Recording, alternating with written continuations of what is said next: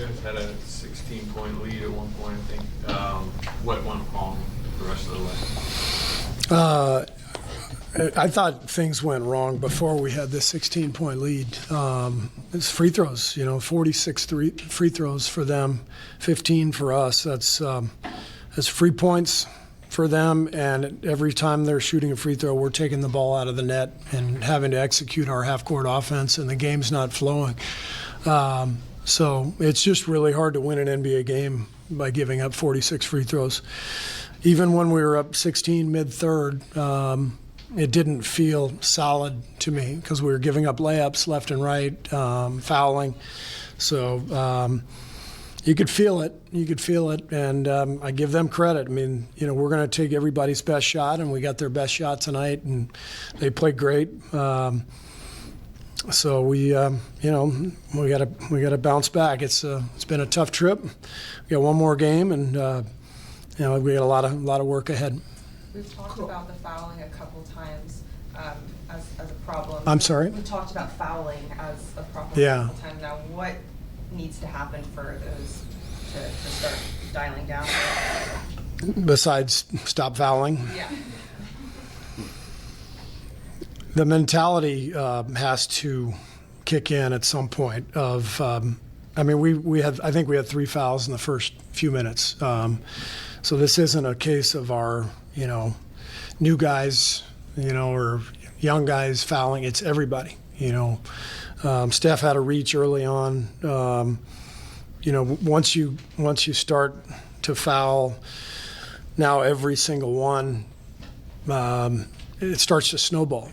And then you can't use a strategic foul, or it's free throws. And by the time the second unit got on the floor late first, they were in the bonus already, and we fouled immediately, 2 straight times, and they shot 4 more free throws. I think they had 12 or 13 free throws in the first quarter. So we set a terrible tone. We've done that pretty much all year, and we're going to have to make some adjustments, make some changes. We've had 9 games now, so we've had a decent look at combinations, and so it's time to try something different. What does that potentially mean, do you think, to the rotation? I mean, is that Kuminga, or is that what you're talking about, like changing things? Oh, everybody's going to get a chance to play. Yeah. I mean, let me finish. Yeah, We've got guys who are, dying to get on the floor, and we've got to find combinations that click, and so we'll discuss that as a staff, and we'll figure that out. Coach, the combination that you guys had in the past years, obviously you guys are the best team offensively, but what takes you to the 4th championship is the defense. You're always on the top, but right now you're at the bottom defensively as a team. Can you explain what's in their mind when you're out there and you go from being one of the top defensive teams in the NBA? Yeah. Yeah, it feels like a little bit of a championship hangover. I don't think even our main guys have played great defense, and then there's some inexperienced young guys, new guys on the roster, so we haven't built that defensive identity and cohesiveness yet, and that's got to come. But I told the guys, like, we have to save us, because nobody else is coming. Every team can't wait to play us. Orlando was great tonight. Miami was great the other night. Charlotte, Detroit. I mean, we're the defending champs. We come in here, and they can't wait to play us. And if you're not defending and you're fouling, you're putting yourself in a dangerous spot. Does it get harder and harder to get motivated going to the 5th? Is that what you're talking about when you're 5th time going to the 5th championship? It's hard to get motivated?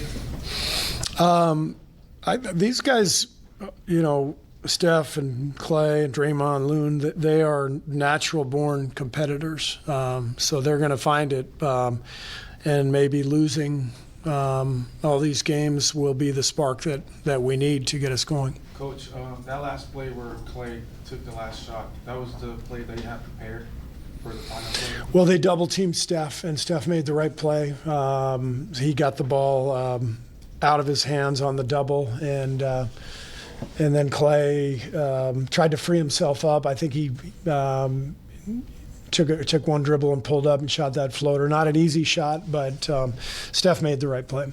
Coach, James? how do you describe Klay Thompson game tonight? Excuse me? How do you describe the game of Klay Thompson tonight? Clay was better tonight. He knocked down shots early. You could see he's starting to feel more comfortable, and hopefully, he's now in a position where he played 34 minutes, so he's back to where he can play bigger minutes. But hopefully that'll help us shore up our defense. James, is clearly frustrated with this play that culminated tonight. He gets Yeah. the technical. Where are you at with him right now, and how do you guys try to kind of? We're looking at James and J.K. and Moses in a big picture way. So you don't get these guys who basically play 3 college games in James's case, or 12 G League games in JK's case. It doesn't happen overnight. So the development plan is something that we're looking at comprehensively every day. These guys are working. There's going to be times where they're in the rotation. There's going to be times where they're not. The season will dictate all of that. And I think it's been a tough couple games for James, but I'm a believer. I love his talent, his attitude, but there's no shortcut for all this. It's you got to go through your lumps as an extremely young player with little to no experience. It takes time. What do you think about Banchero's performance? Banchero was great. Big, strong kid, gets where he wants off the dribble. He played an excellent game. Kamame had a career high, 17 points. I used the word reliable force previously, but just what can you say about what he's doing? Loon was great. We know what we have in Loon. He's there for us every night. And, what we have to find is obviously our starting group, looks good. They've got one of the best net ratings in the league, if not the best. We've got to find combinations that work off the bench, and we'll be making some changes. As I said, we've gotten a look at a few different combos, and it's time to look at a couple more. Thanks. Thank you.